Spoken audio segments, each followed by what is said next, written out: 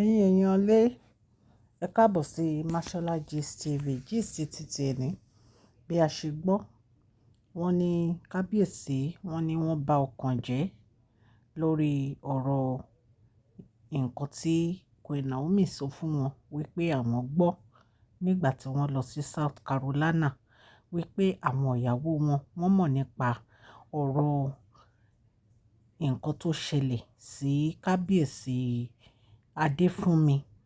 Kì í ṣe pé bóyá àwọn ni wọ́n pa kábíyèsí Adéfúnmi o, ṣùgbọ́n wọ́n ní pé ọ̀rọ̀ yẹn, wọ́n ní ọ̀rọ̀ àwọn ìyàwó kábíyèsí wa ń bì, wọ́n ló jẹyọ ní South Carolina.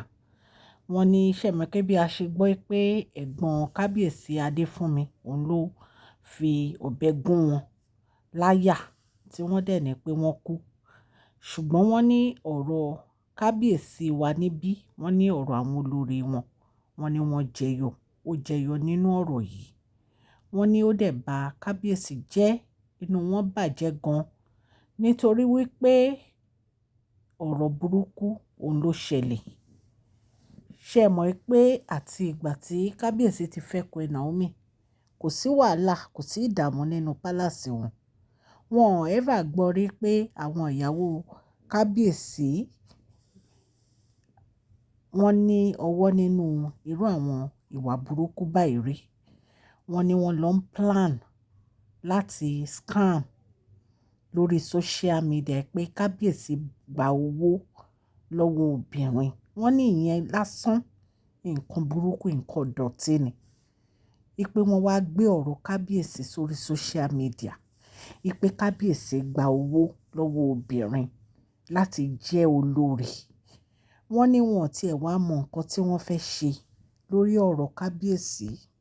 Ipe ó wá jẹ́ scam ni wọ́n wá ń fi ọ̀rọ̀ kábíyèsí ni wọ́n wá fi ń wé lórí social media.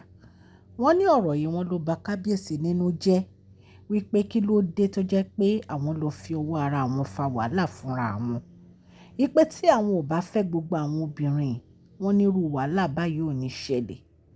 Ipe tí àwọn ò bá sọ àwọn obìnrin yìí, tí àwọn ò bá sọ wọ́n di olórí, ipe irú wàhálà báyìí ò ní ṣẹlẹ̀. Pé àtìgbà táwọn ti fẹ́ àwọn olórí yìí, àtìgbà yẹn ní oríṣiríṣi wàhálà, ìdààmú ló ti wà nínú pálásì àwọn tó jẹ́ pé wọ́n máa wá irọ́ kiri, wọ́n á máa fẹ́ fi bo òótọ́ mọ́lẹ̀. Gbogbo ìjà tí wọ́n dẹ̀ ń jà yìí lórí pé kí Queen Naomi má padà wá sínú pálásì náà ni, kò sí nǹkan míì bẹ́ẹ̀. Wọ́n ní ìtorí ẹ̀ ni wọ́n fi lọ gbé irọ́ bàǹtàbàǹtà sílẹ̀ wípé kábíyèsí gba owó lọ́wọ́ obìnrin láti jẹ́ olórí. Àwọn ò wá mọ̀ pé ọ̀rọ̀ yìí ó tún wá máa di ọ̀rọ̀ pé ọba kábíyèsí Adéfúnmi wọ́n kú. Ṣé ẹ mọ̀? A mọ̀ nǹkan tó kọ̀ sí ìjà tó bẹ́ sílẹ̀ láàrin ẹ̀gbọ́n wọn tó gún wọn ní ọ̀bẹ láyà. Ṣùgbọ́n nǹkan kan ló máa lead ọ̀rọ̀ yẹn, tó máa lead sí ọ̀rọ̀ yẹn tó fi di pé ẹ̀gbọ́n wọn ń gún wọn lọ́bẹ láyà, ẹ̀yin èèyàn lé.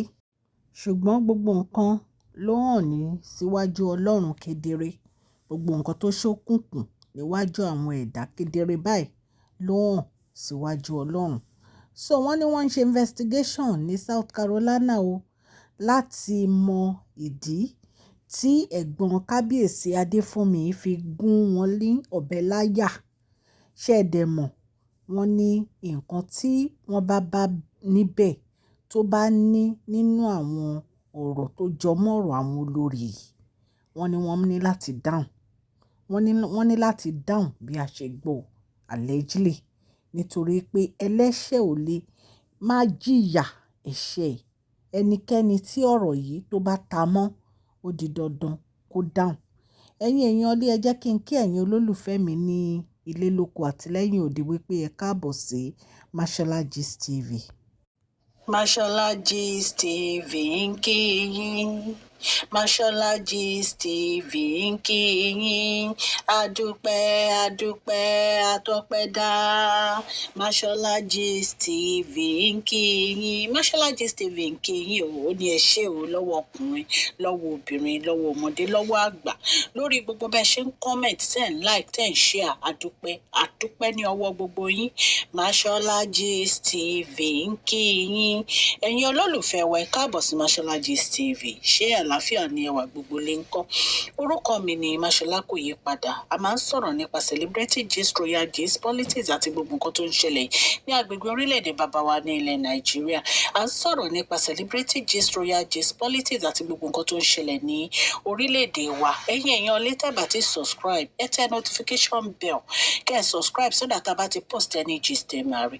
A ń sọ Yorùbá lórí channel yìí nítorí pé a fẹ́ gbàgbé àṣà àti èdè wa. Ẹ̀yin èèyàn lé à ń ṣe advert lọ́lọ́kùn òjọ̀kan lórí channel yìí, ẹ kàn sí wa ní Mashola Gist TV. Ọlọ́run Elédùmarè á bá mi gọ́wọ́ yín sókè o. Ọlọ́run Elédùmarè á bá mi ran gbogbo yín lọ́wọ́ o. Òkè òkè ni ọlá yín á máa lọ o. Ọlá yín ò ní lọ ìsàlẹ̀ láíláí. Ẹ̀yin èèyàn lé wọn ní kábíyèsí, wọn ní ọ̀rọ̀ yìí bà wọ́n nínú jẹ́ nígbà tí wọ́n gbọ́ wípé ọ̀rọ̀ àwọn ìyàwó àwọn ó jáde ní South Carolina o, wípé bí wọ́n ṣe ọ̀rọ̀ owó $180,000 ìpè ó jáde ní South Carolina, pé àwọn ìyàwó wọn mọ̀ ń pa ẹ̀. Ẹ̀yin èèyàn lè nǹkan tá a gbọ́ nìyẹn allegedly ni o. Ṣẹ̀wọ̀n pé mo ṣe máa ń sọ, mi ì bá kábíyèsí gbénu palace o, mi ì dẹ̀ bá anybody gbé South Carolina o, ṣùgbọ́n nǹkan tá a gbọ́ òun la wá torchlight sí lórí social media. Ṣùgbọ́n èmi mọ̀ pé gbogbo ọ̀rọ̀ yìí, gbogbo ẹ̀ ó máa hàn kedere báyìí tí gbogbo wa máa rí, torí set up ni ọ̀rọ̀ yìí. So a tún máa mú update wá fún yín ẹ̀yin olólùfẹ́ mi. Mo dúpẹ́ lọ́wọ́ gbogbo etí tó ń gbọ́ mi o ní orí ìkànnì yìí. Ọlọ́run Elédùmarè á tẹ́ ọba Adéfúnmi sí afẹ́fẹ́ rere o. Gbogbo àwọn ọmọ tó dẹ̀ fi sílẹ̀ ní agbára Ọlọ́run, gbogbo wọn wọ́n á yàn, wọ́n á yanjú. May his soul rest in perfect peace. Ẹ̀yin èèyàn lé, ẹ má gbàgbé kẹ́ share, kẹ́ comment, kẹ́ dẹ̀ subscribe sí channel wa. Ọlọ́run á bá mi gbọ́wọ́ yín sókè o. Ọwọ́ yín ò ní lọ ìsàlẹ̀. Ẹ ṣé púpọ̀, a dúpẹ́ lọ́wọ́ yín. Please share this video, like and subscribe. And Mashola Gist TV love you all. God bless you.